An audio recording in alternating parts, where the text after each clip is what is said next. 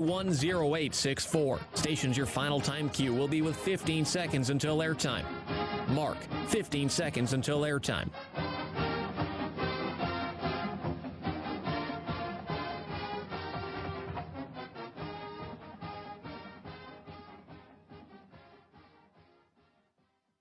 The following is a presentation of Learfield. Welcome to Duck Insider. Our whole athletic department, there's a level of expectations of success. Throw, catch, touchdown, Oregon. He can run and slam. This is back out for a three. Left wing is good. In the air to center, back at the wall. It's out of here. Really excited that we get to rep our Ducks and hopefully come back to Eugene with some championships. Indoor track and field national champion. Oregon repeats as the Pac-12 champion. And for the fourth time in the last 6 years, the Ducks are Pac-12 champions. We have so many teams that are excelling right now, and it's really fun to be a part of.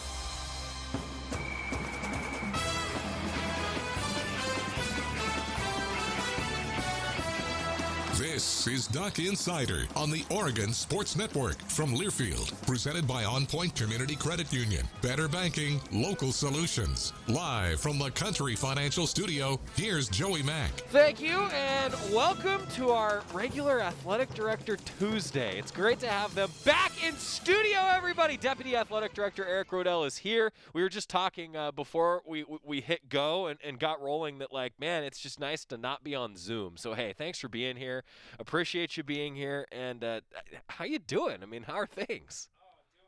Oh, well. Am I on? There it is. All right, here we go. See, we had the Zoom. What? Did you have the wait, Scott, did you have Zoom turned on out of habit? Yes, I did. All right, we're back. All right, no, it's great to be here, Joey, and excited to actually see you live in person and not through the computer. And it's just one more step toward normalcy here. Yeah, no kidding. Well, we've got soccer officially kicks off the season. We've had an exhibition and a scrimmage already for soccer and volleyball, respectively. Thursday night, soccer gets things rolling. Another scrimmage with some alumni in town for Oregon Volleyball coming up. Matt Ulmer is going to join us a little bit later on the show, head coach Oregon Volleyball. And, of course, Oregon Football. Some select season ticket holders and Duck Athletic Fund donors got to see him in action in Autzen. That was a lot of fun, but I think a lot of people are counting down the days towards September 4th. Is that a fair assessment? Yeah, it's crazy to think we're only 2.5 weeks out. And I was looking at the calendar. I think it was November 30th of 2019 was the last time that we had a full Autzen stadium. Wow. So we've got something really to look forward to here in a couple weeks, and the team's working hard, and we're all excited. God, that really puts it in perspective. That one hit a little harder than I thought it would when you said that, I'll be honest. And I actually think it probably was around the same date the last time that you were live here in the studio. I mean, it's been a year and a half. Yeah, it was probably sometime between that and March of 20. But I would think maybe January might have snuck you in March before the basketball tournament, but boy, that's wild. Deputy Athletic Director Eric Roedl with us. All right, so we're talking about getting back to normalcy. I want to ask you a little bit about what fans should know at Autzen, just where things sit. I feel like it's kind of a weekly, daily, hourly, minutely update these days, but I think that's every time we do the Athletic Director interview, I like to ask about that. Before we get to that, though, what'd you do all summer? Did you have a summer? Oh, it's been a great summer. Good. Our family's had a lot going on, and the three boys, they've been busy as usual. We've been traveling around with some sports, some tennis tournaments with the little guys, couple national tournaments down in Florida and Alabama, which have been a lot of fun. And, just spending that time with your kids and having the time to just kind of continue to develop your relationship with your kids and go out and watch them compete and kind of deal with the ups and downs of competing at that level. As a parent, that's been a lot of fun for me. So if those of you who don't know, Eric was a collegiate tennis player. Tennis is, I think it's safe to say, has a near and dear spot in your heart, right? Yeah, absolutely. So did you, intend for your kids to become big tennis fans, tennis players? Did it just happen naturally? How did you go about doing that as someone who works in sports, played at a high level, and now you're a father?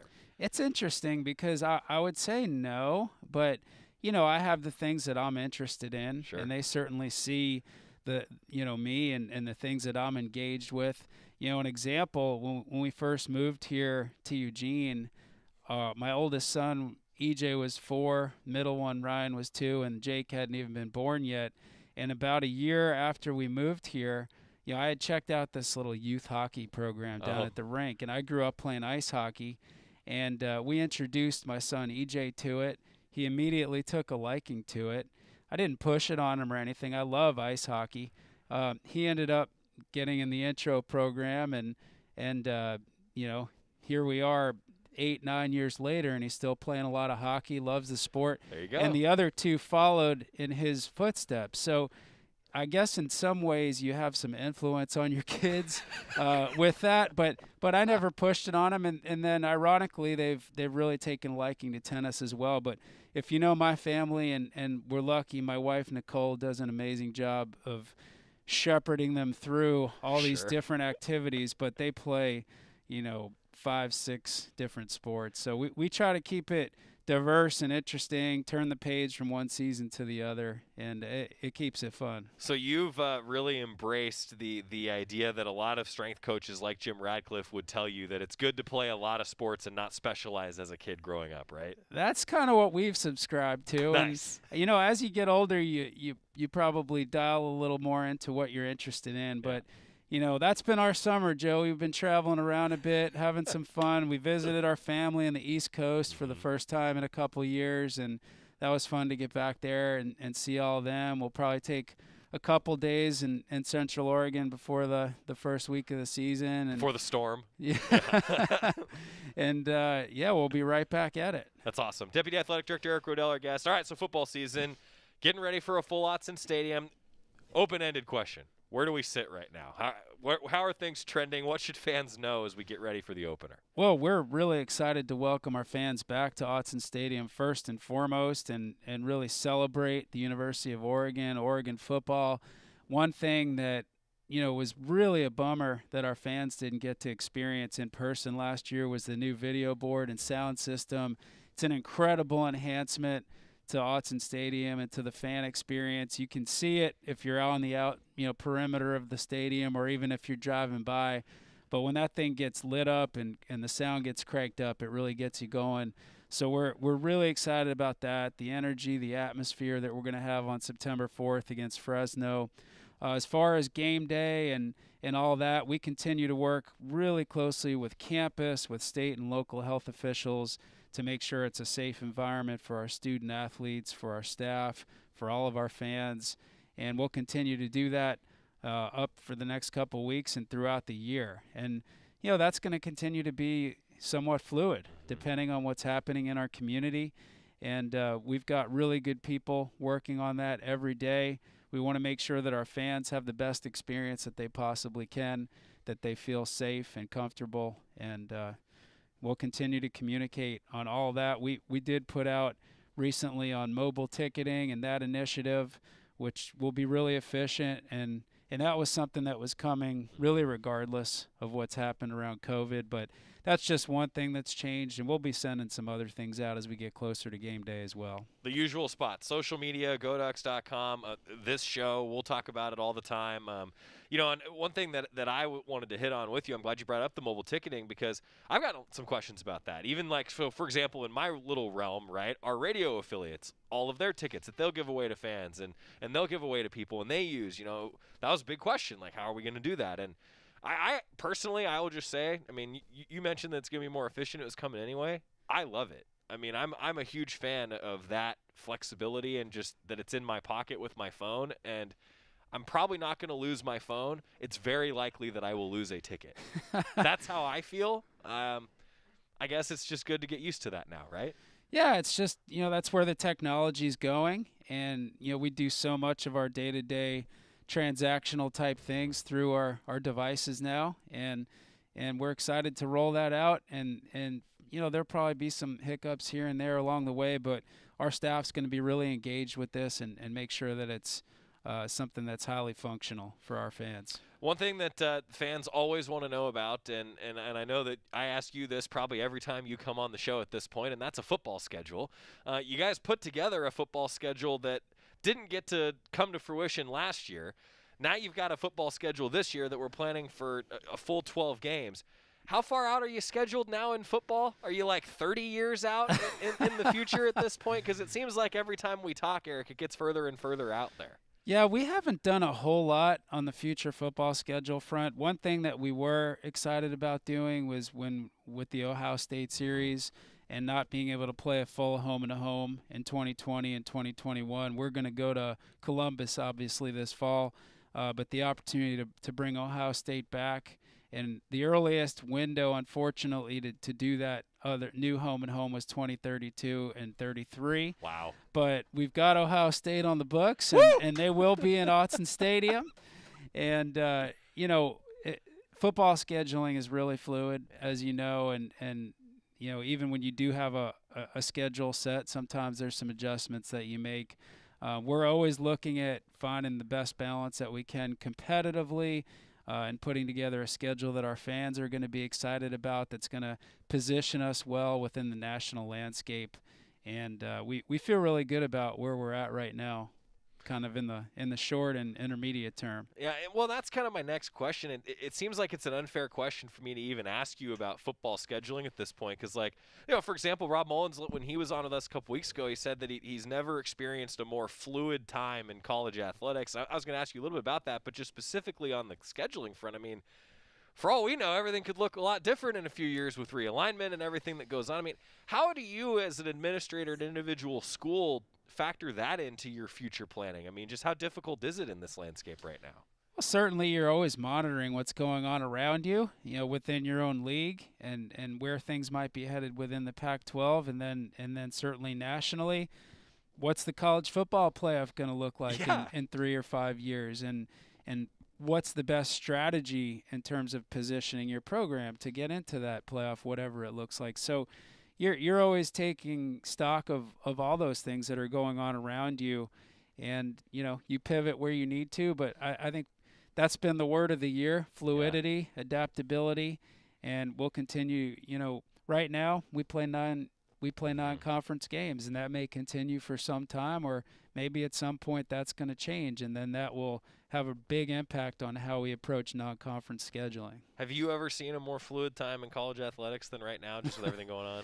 No, I mean I've worked in college athletics for the last 20 plus years, and certainly within that window, there's never been this level of change and I guess shifting dynamics. But going back 100 years, I can't say, but right now with a lot of the things that are happening, and you pile all that on top of trying to manage this pandemic. Right now, for any organization or entity trying to work your way through the pandemic and out of the pandemic, and being able to accelerate out of all of this is a challenge in and of itself. And then when you layer on top of that the shifting dynamics with student athletes and transfer policies and NIL, and thinking about the conference landscape and where that might be headed down the road, CFP expansion, all the things that have kind of been swirling out there. Yeah, there's a lot to digest and think about. For us, we've really tried to stay focused on our student athletes, really being strong for each other, providing a really stable environment here at Oregon, continuing to grow from within and position ourselves for what could be coming down the road. I want to get a quick timeout. When we come back, we also have not yet talked to you since baseball season came to a close. Eric's also the sports administrator for baseball, the 2 tennis programs. We'll talk about that. A little more football coming up. I see some of your Facebook and YouTube comments and questions. I'll get to a few of those as well. And, well, hey, thanks for being here. We'll get a quick timeout and come back with more. Deputy Athletic Director Eric Roedl on the Oregon Sports Network from Learfield. Dear Exit Strategy, no matter which Toyota you choose, there's an exit from the ordinary to match. See you soon, Toyota. Visit your local Toyota dealer or Toyota.com today. Toyota, let's go places. From the weight room to the classroom, on the field and off it, On Point proudly supports University of Oregon athletics because student athletes do so much more than bring us pride on game day. They bring our entire community together in Eugene and all across Oregon. So whether you're watching the game in the stadium, at home, or at your favorite local business, their success makes all of us stronger. On Point Community Credit Union. Join in. OnPointCU.com. Federally insured by NCUA. Equal housing opportunity. Dear Exit Strategy. No matter which Toyota you choose, there's an exit from the ordinary to match. See you soon, Toyota. Visit your local Toyota dealer or Toyota.com today. Toyota, let's go places. Your daily dose of Oregon athletics. This is Duck Insider from Learfield. Okay, man, this is your time. Maybe you didn't choose this, but you're here now. You're gonna go out there and be an all-star caregiver. Cook, clean, be there emotionally and physically. You gotta dig deeper. Drive them to physical therapy, doctor's appointments, because that's what caregivers do. Don't give up. Show the world that you're tougher than tough. Caregiving is tougher than tough. Find the care guides you need at aarp.org/caregiving. Brought to you by AARP and the Ad Council. From the weight room to the classroom, on the field and off it, On Point proudly supports University of Oregon athletics because student athletes do so much more than bring us pride on game day. They bring our entire community together in Eugene and all across Oregon. So whether you're watching the game in the stadium, at home, or at your favorite local business, their success makes all of us stronger. On Point Community Credit Union. Join in. OnPointCU.com. Federally insured by NCUA. Equal housing opportunity.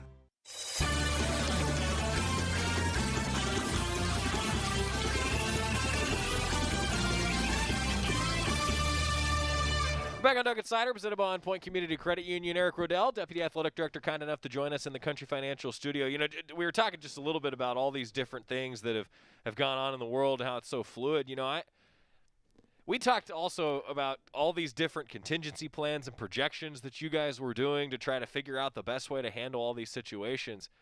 You still doing that? I mean, you're still trying to look ahead and cover as many bases as possible? I'm sure you are, and I guess the second part of that question is, how the heck do you do that in this environment right now? I mean, how do you keep your head on straight? Yeah, I mean, you kind of are always assessing what's going on around you, and you're trying to make sure that you're prepared for, you know, whether it's scenario A, B, or C that's going to come at you operationally. You want to make sure that your staff has an understanding of, you know, how we're going to manage, you know, a certain shift in policy or strategy, and be able to move forward and be successful and provide service to our student athletes, to our fans, and to overall, you know, be successful. And we've done what I would, you know, describe as a great job at that over the past year. And last year was, you know, so challenging in so many ways, but at the same time, it was really rewarding with the success that we had across a number of our teams. We had some programs that had some real breakthrough accomplishments last year, and that was really fun to see, knowing what our student athletes were dealing with off the court, and, you know, just overall academically, socially, the uncertainties around whether they were or not going to be able to play.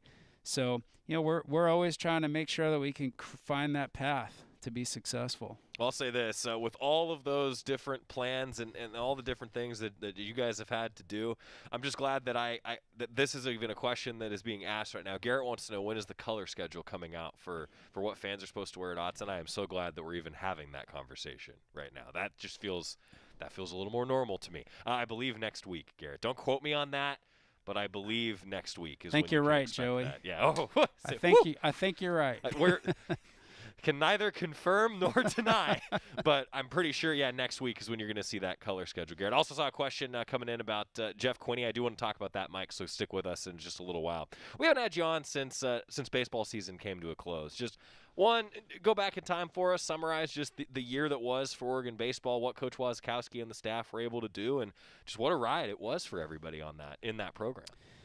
Yeah, the first season, their 19-20 season obviously got cut short, and Coach Waz and his staff, you know, they jumped in with 2 feet, and they've been working tirelessly since Coach Waz came over and returned to Oregon, and you know, with recruiting, with player development, with really positioning the program for success, scheduling, just a real aggressive, thoughtful approach, and really love to see the way that they've continued to develop our student athletes, and it really showed on the field last year with some great performances. You know, the way that we competed in the Pac-12 and really showed, what we're capable of, and some of the things that we had done earlier on when we first brought back the program. So it was great to see all that positive momentum and trajectory, and to position ourselves to be able to host a regional was so exciting. We were able to get some good crowds out to PK Park through that regional. We had some great performances. Unfortunately, we didn't advance. LSU came in and played really well when they needed to, and but again, we feel really good about the foundation that's been built under both Coach Horton and now that Coach Waz has continued to build on, and excited for the future. We've got a really talented staff with Jack Martyr and Jake Angier, Brett Thomas, Darryl Hunter.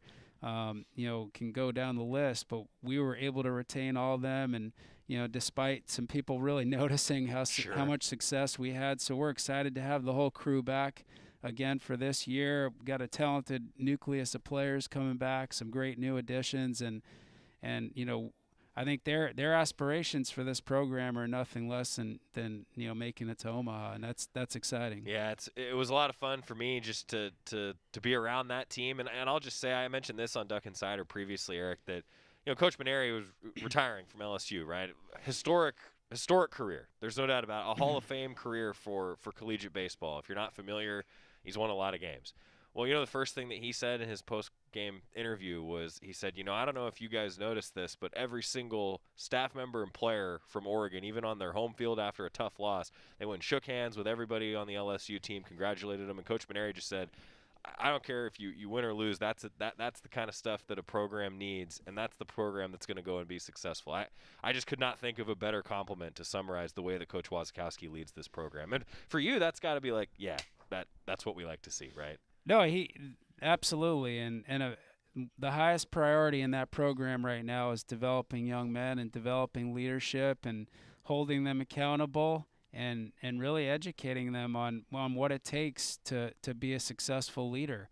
And we've seen that manifest itself in the classroom, in the community, and certainly on the field with how they've competed. And to have 3 players drafted in the top 10 rounds, and to see them have that type of opportunity to go out and continue to play, and going back a number of years, and to see more and more players start to chip away at the major leagues. It's fun. It's fun to see that Oregon baseball program kind of take root. Back to professionally. Tennis. Back to tennis for a second, if I could. It is awesome to see it professionally. I like watching Cole Irvin pitch for the A's every week or so. It's been a lot of fun. Just one example for you. What's the latest on the tennis programs? They're ramping up toward their return to play in a fall season, and then getting ready for the spring championships as usual, huh? Yeah, they're excited about the summers. We've had a number of players out, men's and women's side, competing overseas. We've got a number of international players. We've had some players traveling through some tournaments here in the U.S. as well, and we're seeing some great results, and they're working hard. And I know our coaches are excited to get them back here on campus and go through a more traditional fall this year, where they can go out and play in some tournaments, the ITA regionals, hopefully get into some of the national events. So a lot of talent coming back on both squads, and again, we've got some real excitement around some of the newcomers as well. So we got Coach Nils and Coach Courtney, and they're both diehard Ducks, and we're lucky to have both of them. Yeah, it's still every time I bring up Coach Sheelander, I mean, the most valuable thing we've got on the desk, I'm telling you, just a signed tennis ball from some of the greats. And I think it was you that said, well, Coach Sheelander probably has like 10 of those sitting around. Yeah, so. he could, but that is very cool. And he got Fed on there. He might be done. God, I hope not. Yeah, third knee procedure, right? Yeah, I hope not. He's the Tom Brady of tennis, right? I mean, he's going to play until he's 50.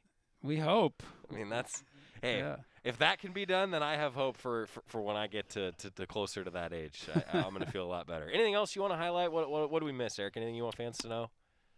Joey, I would echo, what an exciting time of year this always is for us as you kind of head towards Labor Day and you start playing a a soccer exhibition game, and you start to have some football scrimmages, and the cross-country teams will be getting in and heading over to Sun River. All the things that typically start to happen this time of year to be jumping back into all that and preparing for exciting football game days. This is where we want to be, and we're really excited and can't wait for the official start of the fall season. And here's to having some really wide eyes looking up at a big scoreboard and some ears that are going like, man, Don Essig has never sounded so good, because I think we're gonna be there. You will hear every word. There is, believe me, you will hear every syllable. There's no doubt. Eric, thanks for being here. Really appreciate it. And here's to doing it again in probably like 5-6 weeks or so, huh? I feel rude. I didn't ask how your summer was going. How's your summer been? What summer? It was, I always joke about this. The best years that Oregon athletics has, it always means that my summer is shorter, and I will never complain about that, because that means that baseball played longer into the year. That means that Oregon track and field was competing at a high level. That means that we were hosting things at Hayward Field that are a lot of fun and awesome. So that's what this summer was, which was after not doing a whole heck of a lot for a few months, let's just say that it was a lot of fun to have a busy summer again. Awesome. So I'm all in for it. When we come back, and thank you again, Deputy Athletic Director Eric Roedl, kind enough to join us. When we return, Matt Ulmer's here, by the way, everybody. We're going to talk with the Oregon Volleyball head coach next on the Oregon Sports Network from Learfield. After 2 years of construction, my wife and I finally moved into our dream home. So when a bathtub fixture broke, causing major water damage, I was glad we had the home insurance protection we needed. How do you know your home is protected? Talk to a Country Financial rep like me, Nick Simon. We can help you understand your options and select coverages to meet your needs. Then if something happens to your home, you won't have any surprises. Need the right coverage for your home but not sure where to start? Visit TakeSimpleSteps.com or contact a local Country representative. From the weight room to the classroom, on the field and off it, On Point proudly supports University of Oregon athletics, because student athletes do so much more than bring us pride on game day. They bring our entire community together in Eugene and all across Oregon. So whether you're watching the game in the stadium, at home, or at your favorite local business, their success makes all of us stronger. On Point Community Credit Union. Join in. OnPointCU.com. Federally insured by NCUA. Equal housing opportunity. You're listening to Duck Insider on the Oregon Sports Network from Learfield. To some, the sound of a baby babbling doesn't mean much, but that's not true. They're testing out vowels and consonants and trying different sounds. And by 12 months, their babbling is beginning to take on meaning, especially if there's no babbling at all. Little to no babbling by 12 months or later is just one of the possible signs of autism in children. Learn more at autismspeaks.org. Brought to you by Autism Speaks and the Ad Council. It's 4 a.m., Monday, and you're literally sucking baby snot through a tube because she's congested. Man, that's love. And if you love her that much, love her enough to make sure she's buckled in the right car seat. To make sure your child's in the right seat for their age and size, visit nhtsa.gov/the right seat. Show them you love them. Keep them safe. Visit nhtsa.gov/the right seat. Brought to you by the National Highway Traffic Safety Administration and the Ad Council.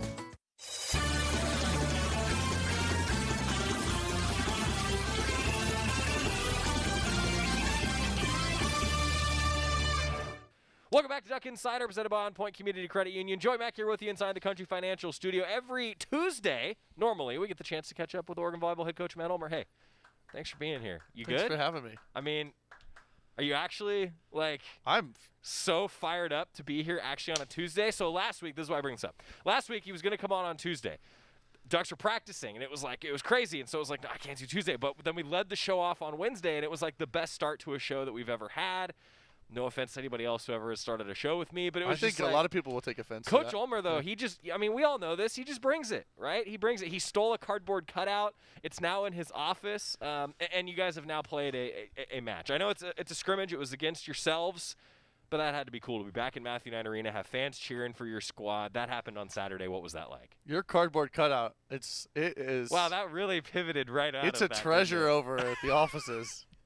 Look at you looking at Villard.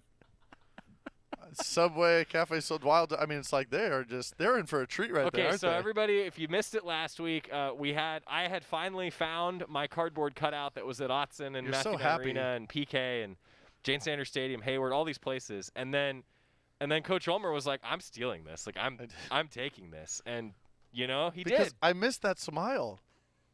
You still can't see it. I know. That's what I'm saying. Like I missed that smile. It's just.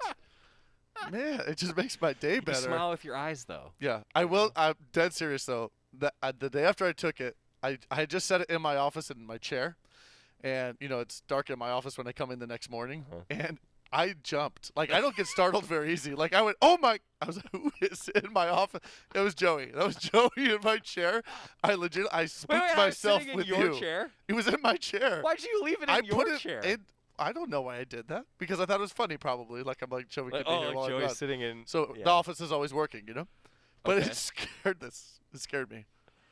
Wow. It scared me good. And then, so yesterday, that piece where you are right now, you're in Coach Butler's office looking at the street because he's got the best. He's right in the middle. It's perfect. And I didn't tell him I did it. So he comes in the next morning and he jumps. So we got two high blood pressure situations going on. So he jumped just from seeing like the white back of the cardboard cutout? You're Just like, who what is that? in my...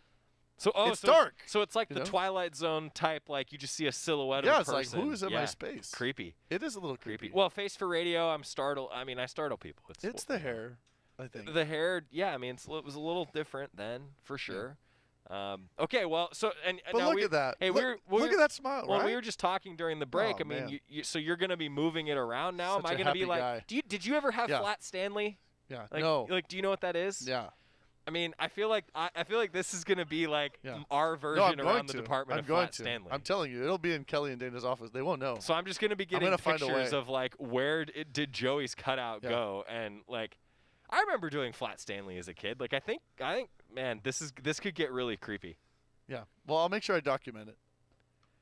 I'll make sure I take pictures and send it to you. He's Matt Ulmer, the Oregon volleyball head coach, is with us. Now, how nice was it to be back in Matthew Knight Arena with fans, though? How cool was that for your squad? That was great. Yeah. You could see nerves from our group within the first 10 points, and then they calmed down, and that was it was great to be able to see some people that we haven't seen in a really long time, and just have some conversations, even though it's from afar. It was great to just have that connection and. Just some genuine positive emotions and care to see our student athletes and support them, and it was just great. It was nice to see a lot of faces and just again feel the community, which we missed for a while. Yeah, I mean I'm glad that you brought up the community aspect, because it's like it's one thing to sit here and talk about how it impacts your student athletes, maybe with nerves, maybe with excitement, but it's also just that that's kind of part of this, right? Like you guys are used to having fans come down and kids come down onto the floor after games and signing posters and doing all those things. I mean, that's sort of been lost, hasn't it? It's nice to be at least be getting part of that back. It was really nice. It's nice to have a lot of the young kids come back. That's the energy. It's just different, and our staff, we have 10 kids 7 or under on our staff. Sure. So just be able to get them together and to interact with the team, and the team to be able to see them, and all that stuff. It's just those are very priceless memories to us. 10 kids 7 or under, so you could field pretty much a full team here in a few years. Yeah, I don't think it's done either. So that's right. We'll keep going. Yeah. So and we actually have Taylor Borp on our team as a 6th year, so we're kind of still within that range of literally everybody could be on the team. Wow. I mean, so. How early do you start recruiting? I mean, just right now. You can start recruiting like your own children. Yeah, we have kids camps. Wow. Yeah, our two girls have done it so far. Wild. Yeah, they're wild. So it was great, and we have a great group. That the quality depth is probably the best I've ever coached. Been around. So we have some really tough decisions. Again, I know it's a good problem, but it'll be really interesting to see how it plays out. I know things generally take care of each other, and I know for sure that we're going to need everybody this year in order to have success. And so we're just going to keep competing and keep trying different lineups and see what we come up with. A couple notes there, at least from like my chair. I mean, one, you never want to have to plan for injuries, because injuries I think are the worst part of sports. But the depth is certainly helpful in that regard, right? You hope that you don't have to deal with them, but usually every team deals with someone getting nicked up at least minorly over the course of a season, right? So yeah, and with last year it was like a whole new level because of COVID. Right. or close contacts or whatever, so it's like all of a sudden we had 8 one weekend. So it's like you're playing everybody, right? And you might not find out until you're leaving, because that's when you're testing. So it's like, all right, everybody needs to be ready to go at all times. And I thought we did that really well last year, and that was a lot of part of our success, was having that depth that was ready to go. Well, people step in and just, you try not to skip a beat, that next man, woman up mentality. I mean, something went right because you guys were one of the last 16 teams in the country that were playing last year. You're number 14 in the preseason poll heading into this year, so I feel like the trajectory is there. And, I say all that because I feel like you have stacked such highly ranked recruiting classes. Like the highest ranked recruiting classes in volleyball history have come in the last decade and really in the last 5 years under your leadership. So when you're having those conversations now as a coach about like, man, it's going to be a tough decision. We got a lot of different lineups to try, and you don't want to hurt anybody's feelings or whatever. But also on the recruiting trail, you're getting such high level players that has to be part of the conversation too, right? Like, hey, you're going to come here and you're going to compete. Yeah, I really hope that is a big reason why the student athletes or prospective student athletes are picking Oregon. Yeah. And because they want to come and they, hopefully they want to play volleyball for a long time. They want to play after college. And so every practice we have, you're competing against some of the best. Like we're really been working on our offense getting better. Mm-hmm. Our defense, I thought, was it was the best in the pack last year, which means you're one of the best in the country. And so for our offense, to get better, it's like in practice it can be disheartening because you're always playing against great defense. Yeah. So you start to understand that, okay, if I'm scoring, I'm really doing something well because we're such a high-level defensive team.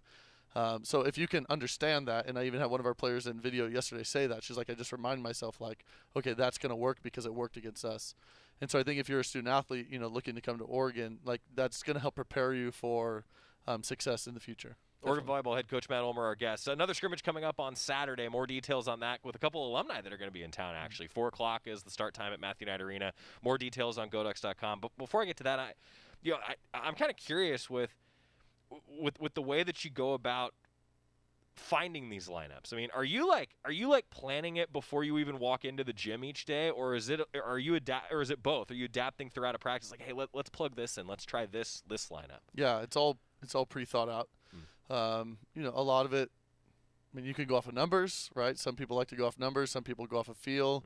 Mm-hmm. I tend to lean much more towards feel and just chemistry and vibe and how my eye and my gut is saying. But during this time, because of so much competition, I'm looking at numbers more than I ever have because I feel like it is pretty close. So trying to see, what's the right mix. We've done the 6-2 in the past. I think we could do a 5-1. I mean, we have options there. We have that kind of depth. So I think, right now, going into this weekend and then the following week, we're going to keep trying. We're going to try a lot of different lineups and see if there's one that stands out among the rest. So a lot more playing, like live volleyball type sets than I've ever done. But it's also because we're older. A lot of the technical things that you would kind of do at this time, we kind of have a lot of that. A lot of the skill sets are developed. So it's much more, let's see how they handle and let's see how they work together. So it's kind of fun. It's fun to do it that way, just a little differently than something we've done in the past. Assuming things don't change with availability of players throughout the year, when do you hope to make like a redshirt decision, and how difficult is that over the next however long? Yeah, and again, like last year, although everybody got it last year, this year I think is going to be, I don't know if you'll know until it's done. So the way it's always worked is that, the conversations we'll have with the student athletes, it's up to them. If that's something they want to do. Some people don't even want to stay for 5 years. They're like, I'm good with 4, and then I'm going to move on to whatever I'm going to move on. Right. So I think, we have those conversations. And then, if it's something where just throw in a player to play some points or hold them for that year and then they maybe can have more impactful time later, then that's where we can come to that agreement maybe later on. Yeah, I just remember like 2018, Kylie Robinson, our setter, she was going to redshirt because August Rasky was setting the 5-1. And there was a couple times where it was like Kylie might need to go in like senior night. Senior night she might have to go in. But it worked out that, we were able to hold her off, and now she still has 3 seasons to go. And thinking of Kylie and Elise, our 2 setters, that they have 3 seasons left still that's so exciting to me. You have depth at setter. Yeah, we have depth. That's what I got out of that. That's what you got. So it's a deep team. I mean, we've been talking about that as Matt Ulmer joins us, Oregon Volleyball head coach. So now that the lights go on again here on Saturday at 4 o'clock, you get a couple alums in town, which is always a lot of fun. Just what do you hope to see out of that when the lights go on again with this lineup and this team? Yeah, I'm hoping that the things we work on in practice this week carry over. Again, really, our defense already coming back on day one was already at a really high level. We are just so incredibly gifted in some individual defenders, and then our team defense, like there's just a certain amount of pride that our team has in that. So really, again, trying to develop our offense. If we can start to separate, we held teams at like a 165 hitting percentage, which think baseball, right? So if you're holding a team to 165, like you're doing okay, right? So for us, can we start to separate that gap even more with our offense? I think if we do that, some of our sets are going to be, by wider margins, and we start to really put a lot of pressure on teams that they're going to have to, make these perfect shots or perfect swings all the time. So I think this week we've done a lot of things on offense. I'd like to see that carry over. When did you kind of realize, or maybe this was the plan in recruiting, I guess I should ask that question first, is that you were like, defense is going to be a real strength of this team? When did that start to kind of be like, oh man, this team is going to be special over the last couple years? Yeah, so Georgia Murphy recruited in 8th grade. And she committed early on her freshman year, and she's the #1 ranked libero in her class. But then Brooke Nunneviller, she committed after Georgia, even though she's older. And then, I wanted Brooke to be a left, even though that wasn't where she was recruited by most schools. That was where I saw her. And so I'm like, well, the two of them could play together. If you can do that, I mean, this could be something special, right? And then Brooke has the personality where Brooke, the challenge is for her to be a left in the Pac-12, and she's absolutely taking that on. So now you get the two of them out there together, and then you add Becca Morse, who's come in, and the three of them just as individual defenders are just, they could all be liberos on top teams, and we have 3 of them on one team. And then Kylie Robinson, her defense has grown. Taylor Borp is really skilled. I mean, at least you go on. But I think when you have the example of those of Georgia and Brooke and Becca, you're just really excited to continue to do what they're doing. You can't let them all do this, and then you're like, okay, I'm just going to watch. Right. So now you're going to be involved, and so it's just great leadership by example, and so I think that's how the team kind of carries that. Over the years, you've had a number of great liberos, but you've also had a number of great blockers, I think, and versatile blockers. I feel like that's a fair descriptor, right, for your squad. I mean, it's not like you just have one individual in the middle as a middle blocker. It's like your outsides are blocking a lot in your lineup too. I mean, the formula seems to be working, right? Yeah. So I mean, the block is so important to set up our floor defense. Right, they go together. If the block is bad, then I don't care who you have behind, it's going to be a struggle. Right. And so actually the service first, and then the block, and then the floor defense. So I think we're trying to play a team way, and I talked about all the time with the team that think of a watch, right? If one piece of the watch isn't working, right now it's my HVAC system, our AC isn't working, right? And like I open it up and all these wires and all these different parts, and I'm like I'm overwhelmed, and it's like this one little thing. And so now I don't have any AC during the 103, with an 8-week-old. So that's perfect. What did you do? Just neighbors brought fans. Gotta love your neighbors, right? Oh man, I thought you were about to tell me it was like Matthew Knight Arena. Here we go. That's right. We're living with Joy Mack in my office. No, but it's like, so if one part doesn't work, then the whole thing shuts down. Again, with our team sport, that's the way that it goes. So with our block and our serve and our defense, they all have to be connected. They all have to be doing their part. And again, I think the team really buys into that team defense mentality from the block to the floor defense. Man, that was a good metaphor. We talked volleyball. That was a good metaphor, though. I mean, I'm telling you, now I'm starting. I try to make stuff up all the time. I'm that trying makes sense. to visualize now, like, okay, so which part of the air conditioning system applies? Okay, so to it's like position? a hamster wheel, and there's like little slats in the hamster wheel, and a couple of the slats got torn up. Oh no, I meant like. But that, I'm no joke. Like it's like this little thing, and so it's like, okay, now if the block reaches, right, that's the slats of the hamster wheel. All right. Did you get there? It took a minute, but okay. I think we got there. I was trying to think like, okay, which position is the fan? Which position is the ducting? Which position, I see. Super specific. Yeah, I was going real deep in the metaphor. I can work on that. So next week. I'll come back.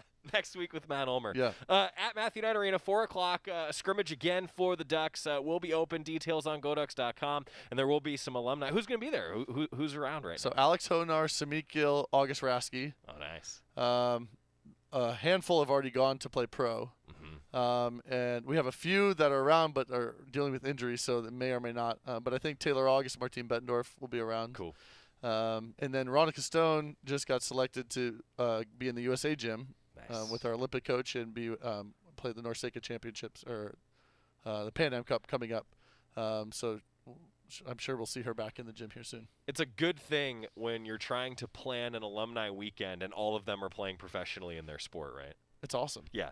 That's I mean, it's like, it doesn't work out timing-wise for us, but that's Hey. the whole point, isn't it? That they have the opportunity to go do that. Yeah. I was going to say, I think that's another good problem to have. Yeah. For yeah, your the fall program. doesn't work out great for that. Yeah. Well. Yeah. But that's when spring? we play. Spring? But we don't play. I mean, we still do stuff. You But could do an alumni celebration. there you go. Yeah, I don't know. Yeah. Good. I'm just glad that we can do that again, though. In all seriousness, I mean, just being able to have these sorts of gatherings again, that's the community, right? That's what we're talking about. Yeah. It goes a lot deeper than that. Yeah. Before I let you go, the Pac-12 commissioner was in town at your practice. So Yeah. what was that like, meeting George Kliavkoff, and what did the team think? What did you think? What was the takeaway from that? Yeah, seems like a really great guy. That I appreciate he's going to each of the 12 schools and trying to meet as many people as he can meet. And he says a listening tour, which I think is really cool. But I think he has a lot of great ideas, and it sounds like he really understands what the Pac-12 is up against, and a lot of he went right in and he's in it. It's like all this kind of NIL stuff and conference stuff, and I mean just so many different things that he's dealing with right away. But Welcome to the job. Yeah, but I appreciated the time that he spent with our team, and he was really interested, and he wanted to get to know them, and he wanted to hear what their thoughts were and how he can help, and I think it was a great approach, and I'm excited for what he's going to do. That's cool to hear. Well, hey, Pac-12 volleyball, there's no better conference. We know that, particularly when you look at the preseason top 25. You guys are the second highest Pac-12 team in the preseason poll. You're at number 14, and I think it's safe to say the Pac-12 is going to be pretty good again this year. Definitely. Mm-hmm. Yeah. Good. Yeah, pretty deep. Pretty good. We'll break that down later on. Hey, thanks for always taking the time. Oh, thank you. How do we do today? Appreciate you. How did we do? Yeah. See, I don't know. We'll see, I guess. I was gonna make you give me a live grade. I mean, Oh, do you want me to do that? I don't know. Yeah, you don't want me to do that. Matt Ulmer, the Oregon volleyball head coach, our guest. Hey, thanks for being here, buddy. Thank you. Appreciate it. Appreciate you. We got stuck. We're supposed to do the other hand. We're supposed to reverse we're that. supposed to. Okay. That's what it is. Well, right there. but it's again, we're still getting back into the swing I know. of things. Yeah, it's true. I'm Yeah. so used to just We gotta doing work this this out. now, right? Like it used to just be the fist bump there for a while. Now we can do that. Yeah. Do you need any hand sanitizer Yes, though? please. I'm ready. That'd be great. I'm Thank ready you. for you. Thank you. That's good. I think we're doing our part. Thanks. On Duck Insider in the Country Financial Studio, right? You're ridiculous. I know. Okay. But it's okay. It runs in the family. I'm with you. Yeah, I'm with you. I think. I got it. I think Go Ducks. I think it's safe to say that we just raised the bar every week on shenanigans. Let me know where Flat Joey ends up. Oh, you'll know. Matt Ulmer, the Oregon volleyball head coach. 4 o'clock, Matthew and Irene on Saturday. Duck scrimmaging again. Fans, you can see it, and there's going to be some alumni in town as well. When we come back, our kickoff special is coming up for Oregon football. We don't need to see that ever again. Thank you to Scott Phillips. Look at that smile. Also, Spencer Webb. Going to hear a little bit from the Oregon tight end after this on the Oregon Sports Network from Learfield. Love that smile. As my family continued to grow, I realized I'd have to replace my beloved Jeep with something that has, well, more seats. I'm Jason Hines, Country Financial Rep and father of 7. Whether you're upgrading from your sporty ride with no room for a car seat or finally replacing your well-loved beater that still has a cassette player, you'll want the right protection for your new car. Work with a Country Financial Rep like me and get the protection you need at a price you can afford. Learn more at TakeSimpleSteps.com or contact a local Country representative. America, your children have an amazing superpower. They can help save lives by not having play dates. That's right. By replacing get-togethers with virtual play dates and video chats, they can help slow the evil spread of germs. And if your superheroes do go outside, make sure they continue their superhero wing by staying 6 feet away from others to protect everyone in America land. Find out more at coronavirus.gov. A message from the CDC and the Ad Council. This is Duck Insider, presented by On Point Community Credit Union on the Oregon Sports Network from Learfield. When might you be buzzed? When you suddenly love everything. You guys, I love this song. I love these nachos. I love our kickball league. Ugh! I love this guy. What's your name? You know what I'd love? A ride when it's time to head out. If you see a buzzed warning sign, call for a ride when it's time to go home. Buzz driving is drunk driving. A message from NHTSA and the Ad Council. I love your car. Is this real leather? Hey, so what's a great way to spread awareness that driving high is illegal everywhere? A catchy song, of course. You can run, but you can't drive high.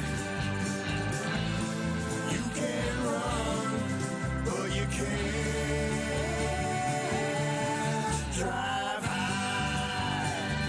friendly reminder, don't drive high. If you feel different, you drive different. Brought to you by NHTSA and the Ad Council.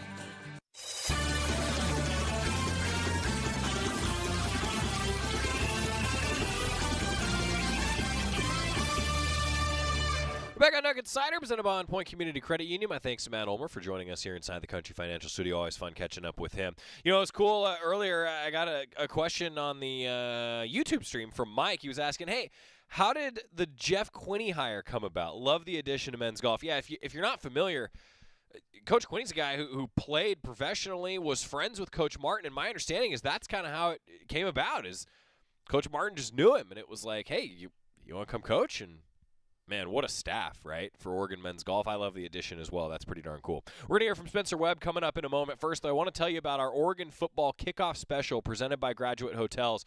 You know, we're going to do it up in Portland, and it just seems like fitting that our friends at the Graduate wanted to be the presenting sponsor for the show, because all of you that are coming down from Portland, I mean, that's a great hotel to stay at. If you ever get the chance, if you're not even staying there, like they've got Topgolf there, so you can just go hang out, but they've got some of the best memorabilia of Oregon track and field history in their lobby that you'll ever find. I mean, it's like a museum in itself.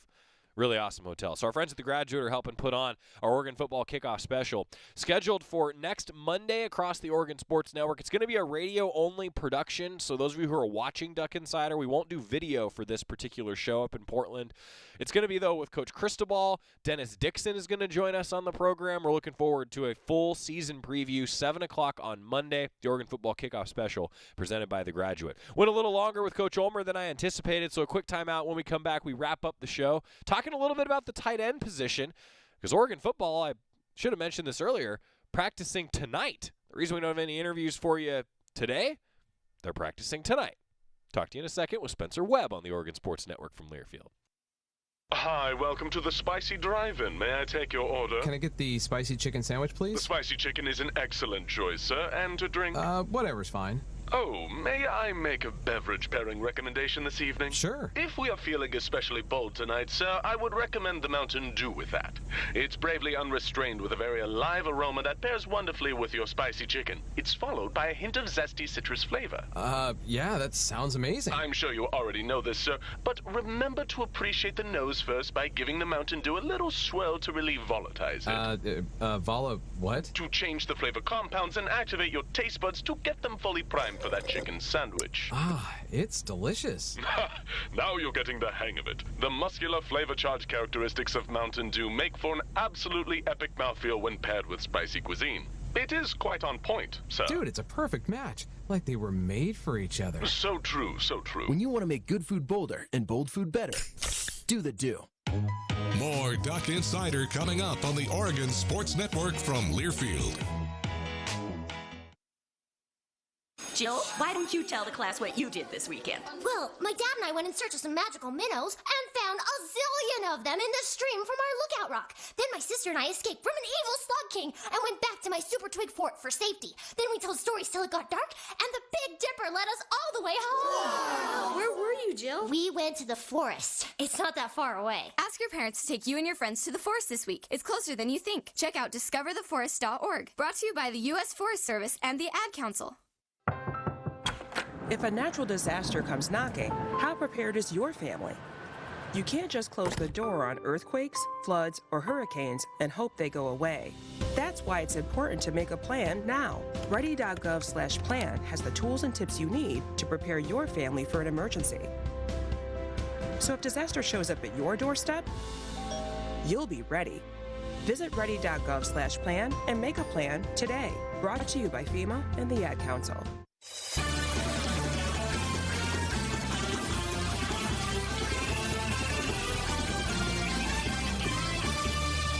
Back on Duck Insider, presented by On Point Community Credit Union. We're in the Country Financial Studio, wrapping up today, talking a little bit about the tight end position. Tomorrow, I want to zero in on Cam McCormick. If you read Rob Mosley's practice report a few days ago now, he really zeroed in on Cam McCormick. We're going to do that on tomorrow's show. But hearing a little bit today from Spencer Webb, a guy who had some good things to say about Cam and the tight end position, which is a pretty deep group from earlier this week. Spencer Webb. When I was that age, it's like night and day. They're way better than I was. But, they're learning well. They're, playing fast. They're having fun. And so that's exciting to see. I love the young guys a lot. What's it like seeing Cam McCormick back out there and, looking like his former self? So happy to see him out there. Me and Cam have a good relationship. He's like a big brother to me. He's always had my back. And so just to see him, out there running around having fun with a smile on his face, it's just as a friend, not even just a teammate, just a friend, just to see that is awesome. How's the installation process going with Coach Moorhead's offense still? Man, I love it. It's he makes it really easy for us, and we rep at it a lot, so it's not that complicated if you just really study it and learn everything, so it's been easy. How big of a boost, to go off Cam, just to have him out there as kind of one of those older guys that can kind of boost the morale of the room, especially for some of the younger guys. For me and him, our relationship, like when it comes to football, is it's not really, the younger guys, he more coach them and kind of tell them what to do. We'll kind of just converse about it, like, okay, this is what you did wrong, and I'll know what I did wrong. So it's nice to have, just not a coach, but like just as someone that's been there and has experienced it and has seen every kind of, play, everything. It's good to have, and it's nice to have. I know a lot of us were surprised to see the size of the freshman tight ends when we came in. What have you really seen from them that stood out to you? Are they ahead of the process? You think they're gonna? Yeah, I think them coming in the spring has really helped, like, their development. And then obviously they're huge. I'm pretty sure I'm taller than them, but they're both heavier than me. So, just the spring, I think, really pushed them forward in the development process of, just being a tight end coming into college is really hard to do, especially when you're more of a receiving type of tight end in high school. Spencer Webb talking a little bit about Cam McCormick, a little bit about the young guys, zeroing in on the tight end position before we wrap up the show today. Tonight, Oregon football will practice. So no practice this morning. We'll have a late-night Quack Minute. The goal, let's see. The goal is to get the Quack Minute posted by 10 p.m. tonight before everybody heads to sleep. That's the goal. I cannot speak for when Rob will have his practice report posted. That's how we split it up. Rob writes the practice report. Scott and I do the Quack Minute. So, we'll see. Those of you who are hearing this right now, well, now you know. The inside scoop on how we do this. We'll see how it works out. Duck's going to practice tonight. A little bit of a lighter practice tomorrow. And we'll talk to you again for Duck Insider on the morrow. See you then. Hey, son. How are you feeling? I'm fine, Pops. What's on your mind? I can't explain it. Navigating without a compass, eyes waiting, started to wonder. Metamorphosis, the loss of who you thought you was. When your kid can't find the language, help them find the lyrics. Listen to the Sound It Out album and get tips and tools to start a conversation at soundidouttogether.org.